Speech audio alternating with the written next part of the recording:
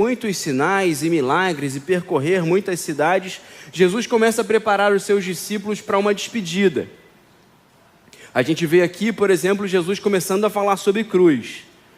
Então o texto se inicia dizendo: se alguém quiser seguir-me, tome a sua cruz. É bem possível que quando os discípulos ouviram isso, não entenderam exatamente aquilo que Jesus estava falando, porque a ideia de crucificação ainda era distante daquilo que eles faziam como propósito de grupo de discípulos.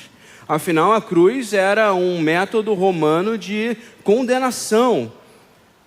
O que Jesus estaria falando para a gente? O que a condenação de assassinos e bandidos teria a ver com aquilo que nós estamos fazendo como discípulos de Jesus?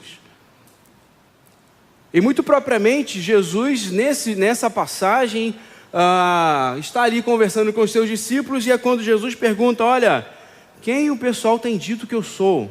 Qual é a minha reputação por aí?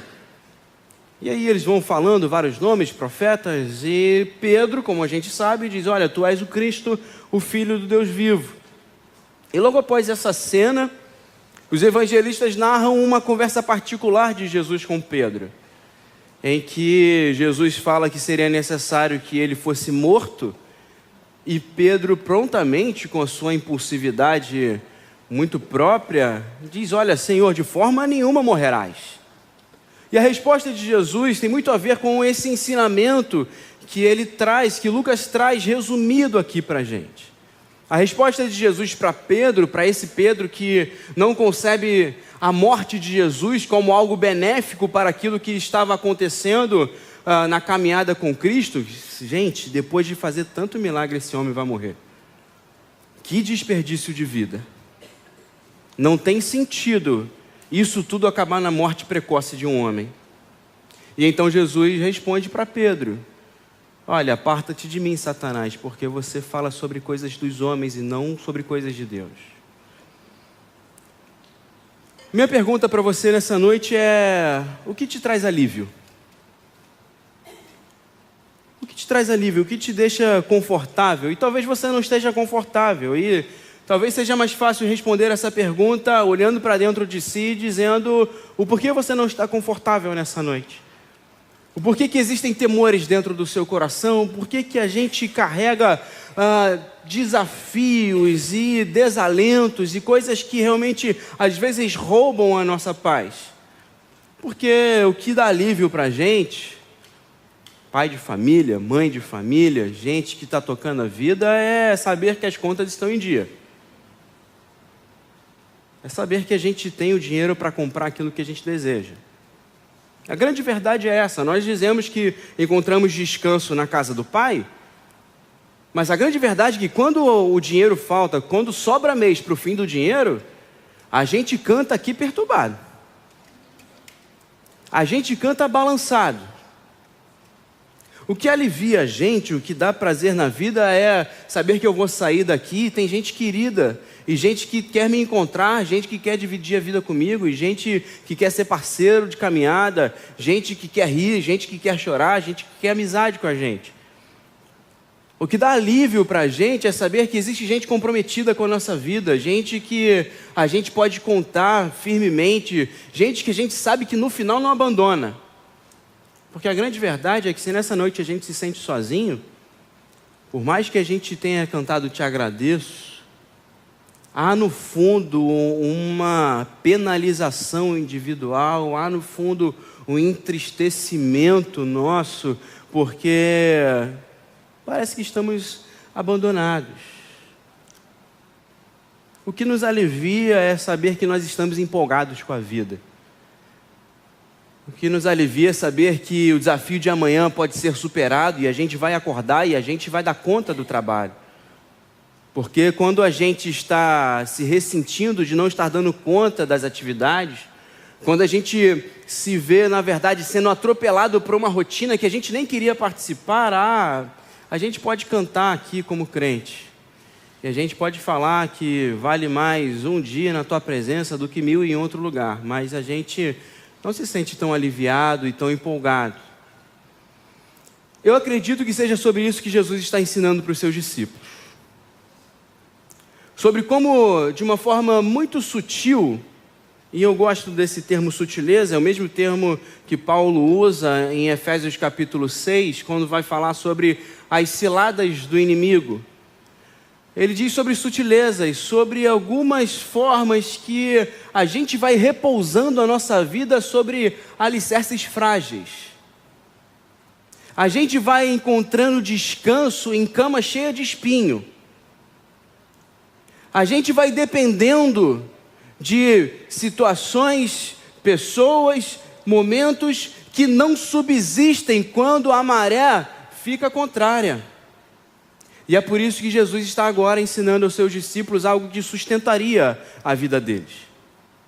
Num dos evangelhos, o prosseguimento dessa conversa é quando Pedro diz: olha, nós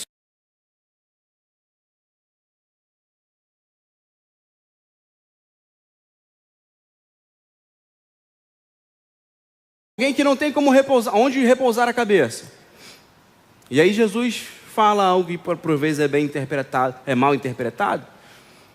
Jesus fala: olha, para vocês que fizeram isso, fiquem tranquilos que não lhes faltará e lhes será recompensado 10 vezes mais em casas, famílias, mães, pais, companhias, porque Jesus já estava apontando para a igreja. Então eu queria trazer aqui 3 aplicações desse ensinamento que Jesus está trazendo para os seus discípulos nessa preparação da sua partida. Jesus está trazendo aqui para eles algo que sustentaria e que seria o verdadeiro descanso da vida daqueles que passariam agora a ser o referencial para a igreja de Jesus, para um novo movimento que estaria surgindo, e para viver aquilo que nós sabemos, porque lemos hoje o livro de Atos e as cartas, por que aqueles homens suportaram tantas perseguições? Por que aqueles homens e aquelas mulheres foram vitoriosos, foram firmes na construção da igreja, na construção de suas vidas e na sua vida de fé? Como esses homens que, perseguidos, mortos, apedrejados, decapitados, conseguiram permanecer firmes, e hoje nós, que vivemos com muito mais conforto, que vivemos menos perseguições, que vivemos circunstâncias talvez próprias da vida, naturais da vida, perdas corriqueiras, nós desanimamos quando o vendaval vem sobre nós, porque por vezes recebemos alívio de fontes que não se sustentam. E então Jesus está aqui dizendo: olha, existe um paradoxo na vida cristã. Ele coloca de um lado, ganhar e perder. Aquele que está tentando ganhar a vida, naturalmente está perdendo. A gente que está tentando ter alívio com dinheiro, com relacionamentos e com momentos empolgantes, está naturalmente correndo para perder a vida. Correndo para perder os estímulos, correndo para se ver sem fundamentos, correndo para se ver sem futuro. E do outro lado, Jesus coloca aquele que perde a sua vida, a ganha quando a perde por mim. E a partir dessa ideia eu queria trazer 3 coisas para você. A primeira vem do início desse texto. Como Jesus está nos convidando a avaliar essa decisão. Ele começa dizendo: se alguém quiser. O que Jesus faz aqui é te colocar no centro da decisão. Eu e você, diante dele, estamos no centro da decisão. Se alguém quiser, é se você quiser. Você está agora com a oportunidade de decidir. Se alguém quiser. Nós temos a oportunidade de tomar uma decisão. Porque é bem da verdade que onde há alguém em destaque, a gente muda o comportamento, a gente muda a nossa relação com o ambiente e com as pessoas. Por exemplo, se entrasse aqui o Léo Jardim, Todo mundo sabe quem é Léo Jardim? Obrigado aos profetas aí. Léo Jardim é o goleiro do Vasco. Entra alguém tão importante aqui na igreja, a gente se ajeita no banco, a gente olha para ele e fala assim, nossa, o Léo Jardim está na minha igreja. Que coisa boa. A nossa relação com o ambiente, a nossa relação com as pessoas, a nossa relação com a gente mesmo muda, porque os nossos olhos ficam atentos àquilo que aquela pessoa vai fazer. Nossa, eu comparei Léo Jardim a Jesus, né? Muito ruim. E o que Jesus está dizendo aqui para os seus discípulos é isso. Se você quiser, e quando você perceber a minha presença, se você quiser tomar uma decisão e mudar completamente a sua atitude, e se você permitir que a minha presença altere todas as relações que você tem, se você permitir que eu seja o mediador de cada relação, se você permitir que quando eu entrar na sua vida, a sua postura mude, e a sua compreensão mude, o seu jeito mude. Você que estava no centro da decisão, naturalmente por perceber a minha presença, nega a si mesmo, porque essa é a única forma de você se relacionar comigo. Não existe outra forma de se relacionar com Jesus a não ser negando a si mesmo. Jesus está dizendo para os discípulos, a forma de vocês sobreviverem a isso é não vivendo cada um por si. A forma de vocês sobreviverem a tudo que virá, a forma de vocês compreenderem a minha vontade é compreendendo que a partir do momento que eu chego, que eu entro, que eu estou, a relação de vocês com o ambiente, com a cidade, com o mundo, com o outro, consigo mesmo, precisa mudar, porque eu cheguei. Então não dá para ter Jesus e continuar a mesma coisa. E aí Jesus diz que a ideia de negar a si mesmo é tomar a cruz a cada dia. É sabendo que haverá uma derrota, uma perda momentânea para haver um ganho de vida. É sabendo que haverá um deixar aqui para haver um ganhar, um receber do outro lado. Não dá para a gente ter expectativa na vida com Jesus se a gente hoje não consegue contabilizar o que nós estamos deixando. Então nessa noite você quer receber alívio do Senhor? Talvez a grande pergunta seja o que você precisa deixar para entender Ele e para receber Ele. O que precisa ser destronado da sua vida? Porque a grande verdade é que uma das poucas divindades, se não a única divindade que Jesus cita durante as passagens, durante seus ensinamentos, é Mamon. Existem diversas outras divindades gregas que poderiam ter sido citadas, são talvez citadas de forma mais heterogênea, mas aqui Jesus marca, no meio do Sermão do Monte, é Mamon. O Deus que tenta ser o Deus da sua vida quando você se sente aliviado, quando há Mamon na sua conta. A grande verdade, e aqui vou fazer um parênteses mais uma vez, a grande verdade é que nós, como pais e mães, eu vou me incluir nessa, quando estamos preocupados em formar nossos filhos para o mundo e para a vida, na verdade, nós estamos nos preocupando mais em formar nossos filhos para o mercado. Porque a gente acha que o mercado, a abertura de mercado, a possibilidade de consumo, a possibilidade de emprego, é que vai dar futuro para os nossos filhos.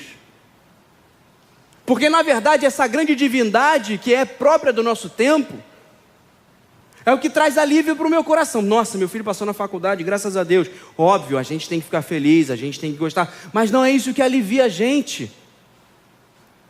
Não é isso que traz essa perspectiva de sucesso da vida. Quando a gente diz que está preparando nossos filhos para a vida, naturalmente, diante de Jesus, o que a gente deveria estar fazendo é preparando nossos filhos para encontrar com Cristo. E a partir de Cristo, sim, nossos filhos se relacionarem com o mercado, com o trabalho, com a faculdade, com a escola e com tudo mais. Mas como nós temos sido roubados dessa paz que vem de Jesus, e é bem interessante porque lá no capítulo 6 de Mateus, que é quando Jesus fala sobre Mamon, e Jesus diz, olha, não é possível servir a dois senhores, ou você serve a Deus ou você serve a Mamon. Ou você está com uma vida que encontra alívio e descanso em Mamon, porque esse é o ensinamento final do capítulo 6. Porque é depois dessa fala que Jesus fala, olha, vejam os lírios do campo. Eles não tecem as suas roupas, mas eles estão vestidos de glória maior do que de Salomão. Veja os passarinhos voando, olha, eles não semeiam, eles não guardam, mas eles são alimentados por Deus. Eu acredito muito na teoria dos ensinamentos progressivos de Jesus, e para mim Jesus está ali no capítulo 6, quando ele diz, busquem o reino de Deus e a sua justiça, as demais coisas vos serão acrescentadas. O que Jesus está dizendo é, tome cada dia a sua cruz e siga-me. Não é só uma mensagem de alívio, é uma mensagem de responsabilidade e uma mensagem de decisão.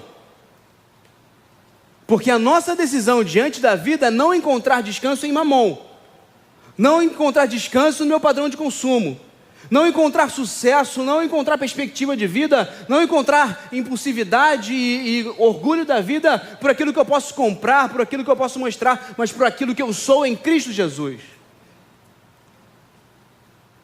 Eu quero olhar para o Davi, que faz 1 ano na terça-feira, e ter muito orgulho da carreira dele, seja lá o que ele vai ser. Mas eu quero olhar para a vida dele e ver princípios e virtudes que me orgulham como pai. Nisso eu quero gastar a minha vida. Nisso eu quero encontrar alívio. Nisso eu quero saber que eu estou construindo alicerces para ele e para minha família. Onde eu encontro alívio? Eu encontro alívio em algo externo. Eu sei que nós não conseguimos nos aliviar sozinhos. E é natural que a gente busque alívio fora, e a gente busca no dinheiro. Mas o dinheiro é mentiroso. O dinheiro é uma divindade que custa caro. Rouba a nossa alegria, rouba o nosso tempo, rouba a nossa vida, rouba as nossas virtudes, rouba nossos frutos, rouba nossas amizades, rouba a nossa casa. Quanto tempo você não para conversar com seu filho e com a sua esposa, porque você está atarefado do trabalho, porque você tem que entregar para o mercado.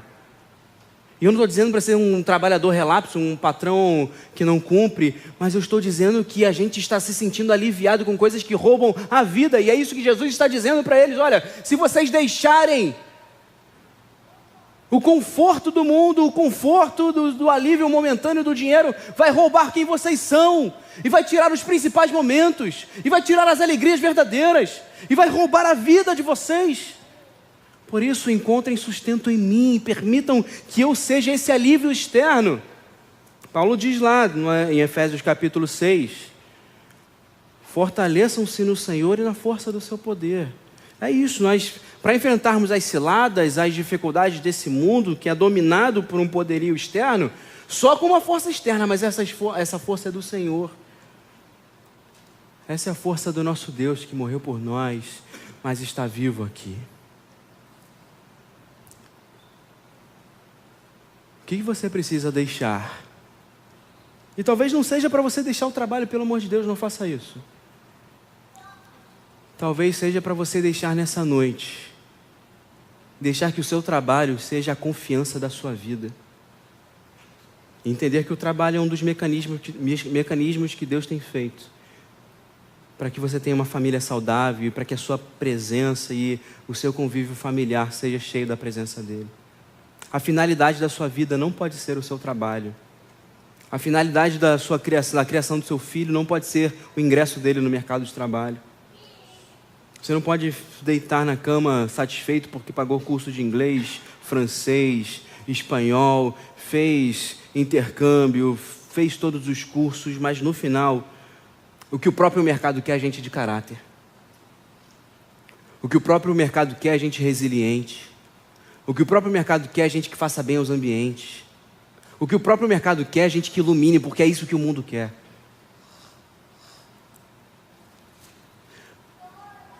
A gente encontra alívio no dinheiro e a gente encontra alívio nas pessoas.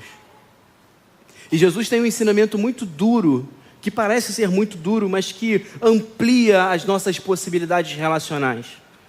E que pode transformar completamente a forma como você vê, e como você se vê, e como você vê o outro. Porque essa ideia de perder para ganhar também é muito claramente observada quando Jesus fala para os seus discípulos: olha, se você ama mais seu pai e sua mãe, seus filhos, seu marido, ou a você mesmo do que a mim, você não é digno de ser meu discípulo. E assim como Mateus 6 é um alívio e uma responsabilidade, esse texto que também se segue aqui no Evangelho de Lucas é também um alívio e uma responsabilidade. Por que é um alívio primeiro? Porque Jesus está se colocando como o responsável e mediador de todas as nossas relações. Isso me alivia. Isso me alivia. É Ele que é o garantidor das minhas relações. Como? Quando Ele me capacita a perdoar. Quando pela ação do Espírito Santo eu sou capaz de perdoar ofensas que seriam imperdoáveis se eu não tivesse a presença de Jesus. Quando eu, pela ação do Espírito Santo, sou capaz de pegar parte das minhas finanças e doar para alguém, doar para a igreja e fazer parte dos ministérios, algo que seria inimaginável e que para mim é inimaginável num tempo em que todo mundo é ensinado a como enriquecer. Nós continuamos pela ação do Espírito Santo, entendendo que o nosso dinheiro não é só para nós, nosso dinheiro é para a glória de Deus, e a gente continua sustentando e investindo em pessoas. Jesus é esse garantidor das relações, entende? Que quando Ele chega, naturalmente, as relações, a minha relação com meu pai não, meu pai já está na glória, mas com a minha mãe, a minha relação com a minha esposa, a minha relação com o meu filho, intermediada por Jesus, eu tenho uma convicção que essa relação vai ser ali, no popular, azeitada pela presença do Espírito Santo. Ela vai ser facilitada porque há em mim vontades que não eram próprias minhas, mas que hoje existem porque eu sou dele, e ele é em mim, e ele em mim facilita as minhas relações. Mas é uma responsabilidade. É uma responsabilidade de você que foi ofendido pela sua esposa, de você que ofendeu a sua esposa nessa noite, chegar em casa e dizer: sim, ele é o mediador dessa relação, eu preciso pedir perdão. Eu preciso permitir que ele seja. Se alguém quiser, tome a sua cruz hoje.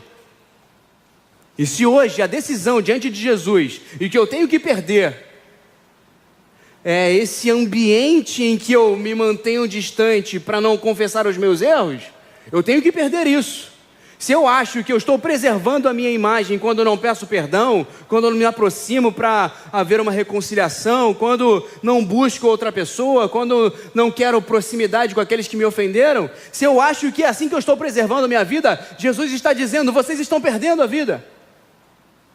Vocês estão jogando pro ralo, no lixo. A vida de vocês vai passar e nada vai acontecer.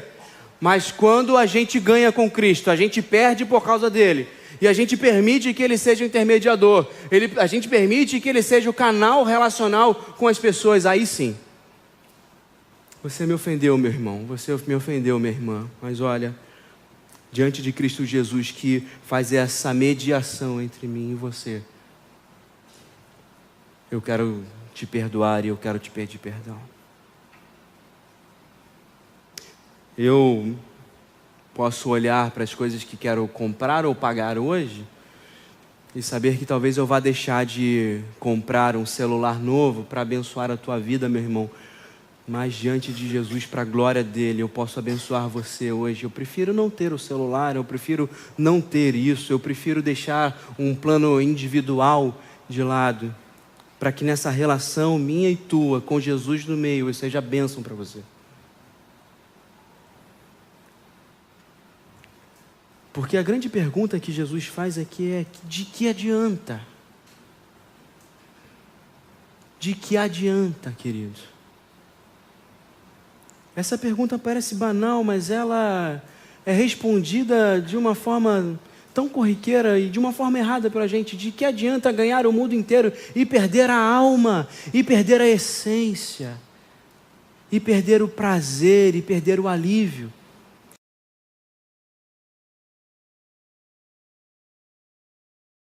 Nada adianta você trabalhar muito se não é Deus que edifica a tua casa.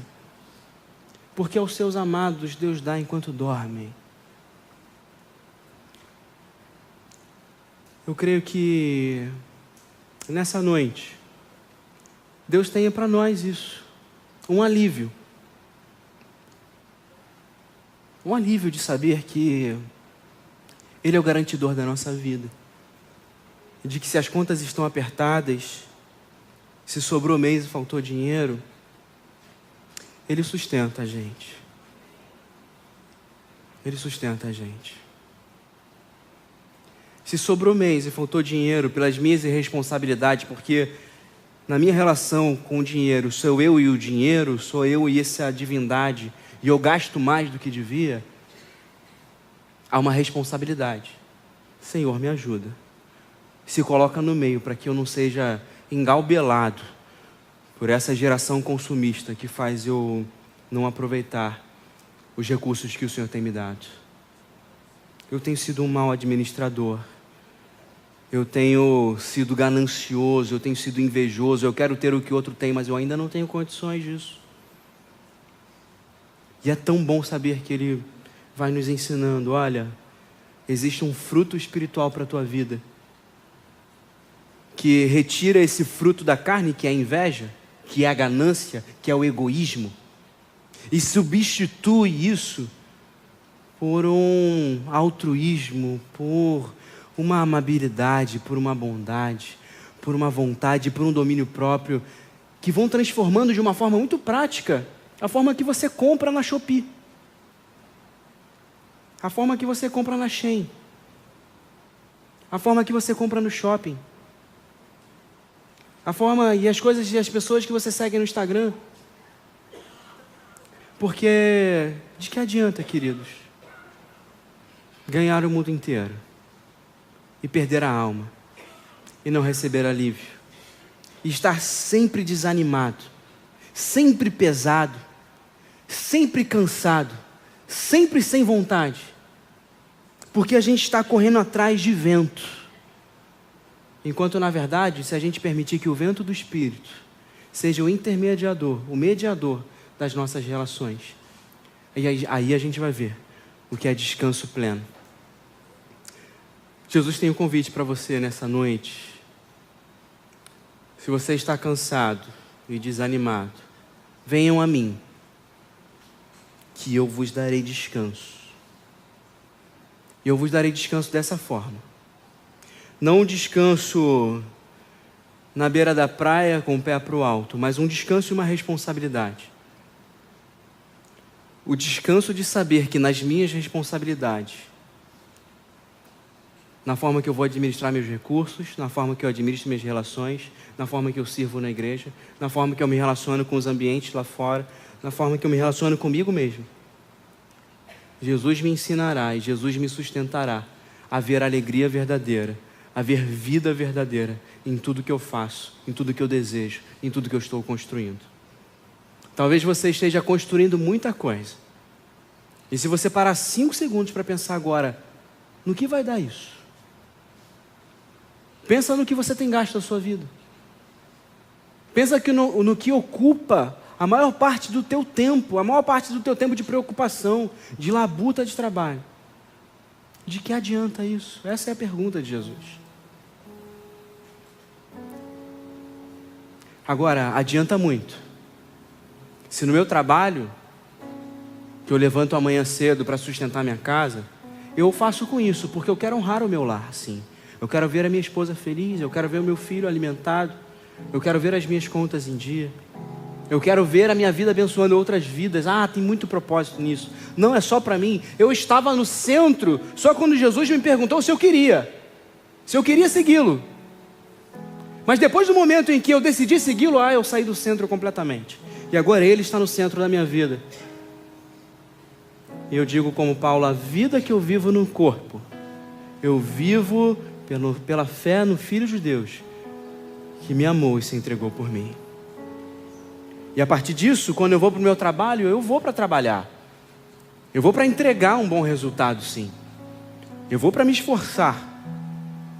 Mas eu vou atento a quem está na baia do lado, se está sofrendo, se está com problema na família, porque afinal eu não estou só para trabalhar, eu estou ali porque a minha vida tem valor e a minha vida é um luzeiro do Senhor. A minha vida sim carrega um alívio que esse trabalho e que qualquer conhecimento no mundo não tem. Aí eu ganho vida. E Ele me dá vida. E eu venho para a igreja não só para ouvir uma palavra e cantar algo que me anime, ou começar a semana na presença de Deus. Eu venho na igreja porque eu tenho irmãos e irmãs que estão, assim, multiplicando a minha família, multiplicando a minha casa. De alguma forma cuidam de mim, cuidam dos meus filhos, cuidam da minha família e eu cuido também. E aí assim a igreja deixa de ser uma monotonia e vira vida. Porque a gente se relaciona com a igreja a partir de Cristo e não a partir da gente. A gente sai do centro. Sabe quando você vai para uma igreja porque aqui tem cura, vai para outra igreja que tem oração, vai para outra igreja que o louvor é bom, porque a gente está buscando coisa para a gente e é tudo monótono e sem vida. Mas quando a gente vem para a igreja para se reunir como povo de Deus, para ouvir do Senhor mais uma instrução, receber dele, compartilhar com outro, isso aqui é vida demais, é bênção demais. Quando eu vou para minha casa só para guerrear com minha esposa, para saber se ela fez o que eu esperava, para saber se meu esposo fez o que eu esperava, se ele está cumprindo com os combinados, sim, aí vira guerra e não tem sentido. Mas quando eu decido casar porque eu quero fazer alguém feliz, e eu dou a minha vida para fazer alguém feliz, sim, aí o casamento tem muito sentido, tem muita vida. Meu irmão, minha irmã, de que adianta? De que adianta você ganhar sozinho? Você está perdendo a sua vida, você está perdendo a sua alma. E é disso que Jesus quer te aliviar. Dessa sensação de que você está sozinho na batalha, sozinho na batalha. Só você está trabalhando por você mesmo e ninguém te ouve e parece que ninguém se importa e você mesmo não alcança. E a gente vive nessa frustração porque a gente está vivendo uma vida sem graça. Pra gente, de que não adianta nada. Mas com Jesus, quando a gente permite que Ele seja o nosso descanso, não mais o dinheiro, não mais relações, não mais momentos, aí sim, cada momento, cada relação, cada possibilidade de consumo vira vida abundante, vira vida graciosa, vira vida que jorra para a vida eterna. E eu gostaria muito de te convidar, se você quiser, a tomar uma decisão diante de Jesus nessa noite. Talvez pela primeira vez você precise realmente dizer: sim, Senhor, eu preciso que o Senhor seja o meu descanso, para que nas minhas responsabilidades haja a Tua presença, haja essa sabedoria que eu não tenho hoje, haja essa disponibilidade que eu não tenho hoje. Eu queria convidar você a fechar os seus olhos nesse momento, a olhar para dentro de si.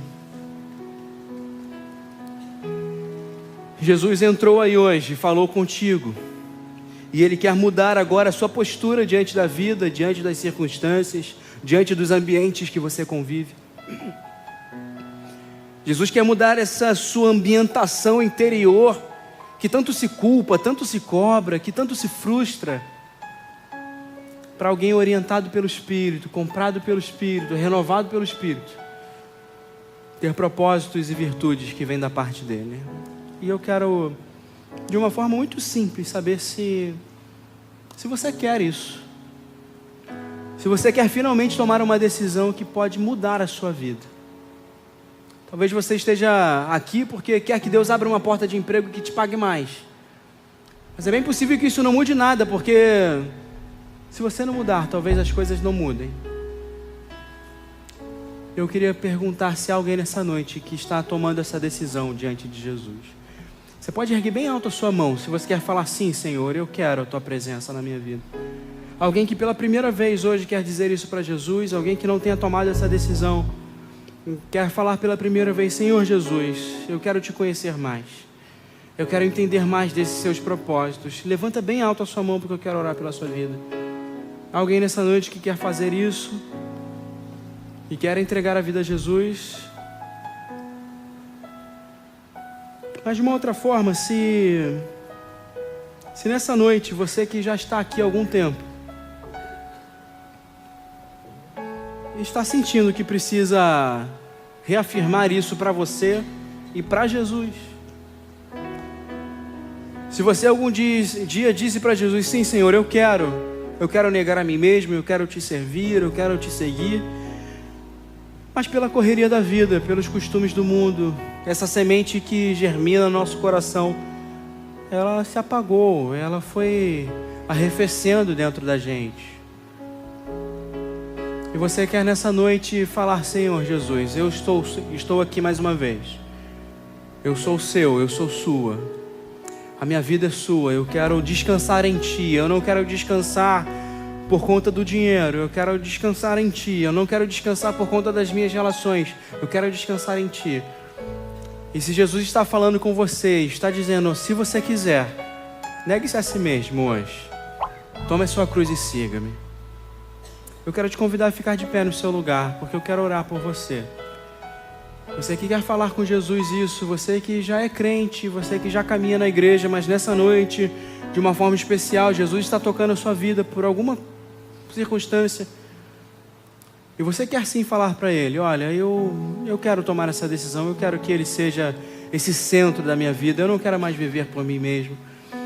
Eu quero falar para Jesus que Ele é o dono de mim. Alguém nessa noite quer fazer isso? Alguém que quer marcar esse encontro, que quer marcar essa noite como um basta, como um reinício, como um recomeço, como um renovo? Alguém? Eu quero orar por você. Senhor Jesus, muito obrigado, porque se disponibiliza para ser esse mediador da nossa vida com tudo que existe. Antes, quando não tínhamos a Tua presença, vivíamos a nossa própria sorte. Vivíamos dependentes das nossas sensibilidades, das nossas percepções. Mas hoje sim, Senhor, cheios da Tua presença, cheios da Tua sabedoria, podemos tomar decisões novas, podemos ter atitudes, compreensões novas, de uma forma que a nossa vida não mais está correndo para a morte, mas para a vida. De uma forma que tudo aquilo que fazemos, Senhor, não coopera para a morte, mas coopera para a vida e vida abundante. E por isso que eu te peço nessa noite é que renoves a nossa decisão, amplies a Tua atuação em nossa vida e que nós possamos permitir, sim, Senhor, que nossas famílias, que nossas relações de trabalho, de estudo, que nossas relações comunitárias sejam todas intermediadas pelo Senhor e pelo Teu Espírito. Que o Senhor faça aqui, sim, que maridos peçam perdão para esposas e esposas possam perdoar e pedir perdão para maridos. Que haja, sim, Senhor, relações filiais, maternais, paternais, transformadas pela Tua presença, Deus. Não mais dependentes das nossas razoabilidades, mas sim, Senhor, completamente penetradas pela Tua palavra e pela Tua presença. Faz isso em nossos lares, Senhor, para a Tua glória. Nos ajuda, sim, Deus, a sermos melhores mordomos dos recursos que o Senhor nos confiou. Que nós possamos nos encontrar satisfeitos, Senhor, com aquilo que o Senhor tem propiciado para a nossa família. E que aquele pai de família, para aquela mulher que hoje tem sentido falta de recursos, multiplica, Senhor, os recursos para o lar.